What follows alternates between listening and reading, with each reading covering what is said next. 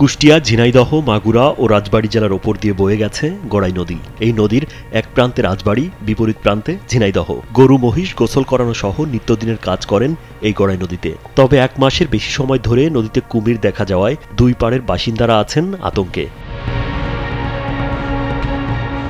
বন্ধের পথে জেলেদের মাছ ধরা, কমে গেছে মানুষের গোসল, জামাকাপড় পরিষ্কার সহ দৈনন্দিন কাজ। ঝিনাইদহের শৈলকুপা উপজেলার খুলুমবাড়ি ঘাট ও রাজবাড়ীর কেওয়াগ্রাম অংশে দেখা মিলছে এই কুমিরের। প্রতিদিন সকাল, দুপুর ও বিকেলে 1টি, 2টি কিংবা 3টি কুমির একসঙ্গে ভেসে ওঠে। কুমিরগুলো কখনো ঝিনাইদহ প্রান্তে দেখা যায়, আবার কখনো রাজবাড়ী অংশে দেখা যায়।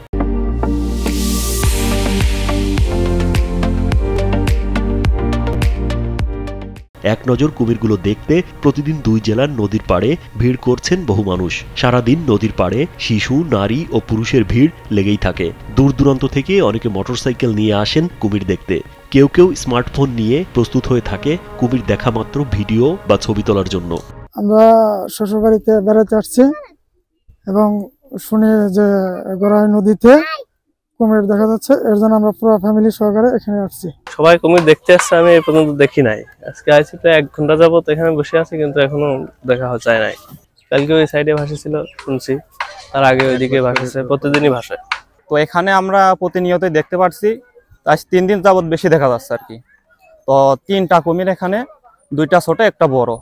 স্থানীয়রা জানায়, পানির স্তর নিচে নেমে যাওয়ায় পানি ব্যবহারের একমাত্র মাধ্যম গড়াই নদী। কুমিরের লোকালয়ে চলে আসা নিয়ে এখন তারা আতঙ্কে আছেন। নদীতে পানি বেশি থাকতেই এই এলাকায় কুমির আসে। এখন পানি কমে গেলেও কুমিরগুলোকে প্রতিদিন 3 থেকে 5 বার ভাসতে দেখা যাচ্ছে। নদীর দুই পাশে যারা বসবাস করে এরা অবশ্যই আতঙ্কের ভিতরে বসবাস করতেছে।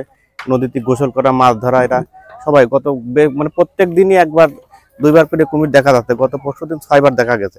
এই খাবার পাল আমাদের পাড়ায় নামলি পারে জলে তুলতে চাইতে না, আর এই কুমির আসাতে খুব কম হয়ে গেছে। আমরা কুমির ভয়তে ভাই আমরা উপরে চান করতেছি, এই হাঁটু জলে যায় মগা নিয়ে টিয়ে এসব দিয়ে নাওয়া চাওয়া করতেছি। আমরা কুমিরের ভয়তে বেশি বাড়িতে যাতে পারতেই না, অল্প পানিতে আমরা গোসল করতে জালিরাও মাছ মারতে পারতে না, ভয়তেই আমরা। অনেকেই মানুষ আতঙ্কায় আছে, তাই কুমিরটা যদি ধরার ব্যবস্থা সরকার থেকে করে তাহলে আমরা এটা নিরাপত্তা থাকবো। এদিকে কুমিরের অবাধ বিচরণের জন্য নিরাপদ আবাসস্থল গড়ে তোলা ও নদীপাড়ের বাসিন্দাদের নিরাপত্তার স্বার্থে সচেতন করতে প্রশাসনিক উদ্যোগ নেওয়া প্রয়োজন বলে মনে করছে সচেতন মহল।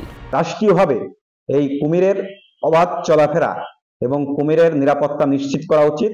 এখানে একটি অভয়াশ্রম করা উচিত। একই সাথে মানুষের যাতে কোনো ক্ষতি না হয় সেই নিরাপত্তার দিকটি বিবেচনা করে একটি পরিকল্পিত ব্যবস্থাপনার মধ্য দিয়ে কুমিরের নিরাপদ আবাস গড়ে তোলার বিষয়টা দেখতে হবে। তাহলে আমাদের জীবন, প্রাণ, পরিবেশ, জীববৈচিত্র্য, আমাদের যে প্রকৃতির যে ভারসাম্য সেটা রক্ষা পাবে। ঝিনাইদহ সহ 4 জেলার সীমান্ত দিয়ে বয়ে যাওয়া গড়াই নদীর পাড় এলাকায় লক্ষাধিক মানুষের বসবাস। কুমির দেখা যাওয়ায় নদীতে মাছ ধরতে না পারায় স্থানীয় জেলেরা সংসার চালাতে হিমশিম। কুমিরগুলোকে অন্যত্র সরিয়ে নেয়ার প্রয়োজনীয় ব্যবস্থা নেবে প্রশাসন, এমনটাই প্রত্যাশা স্থানীয়দের। রাজীব বিশ্বাস, কালবেলা।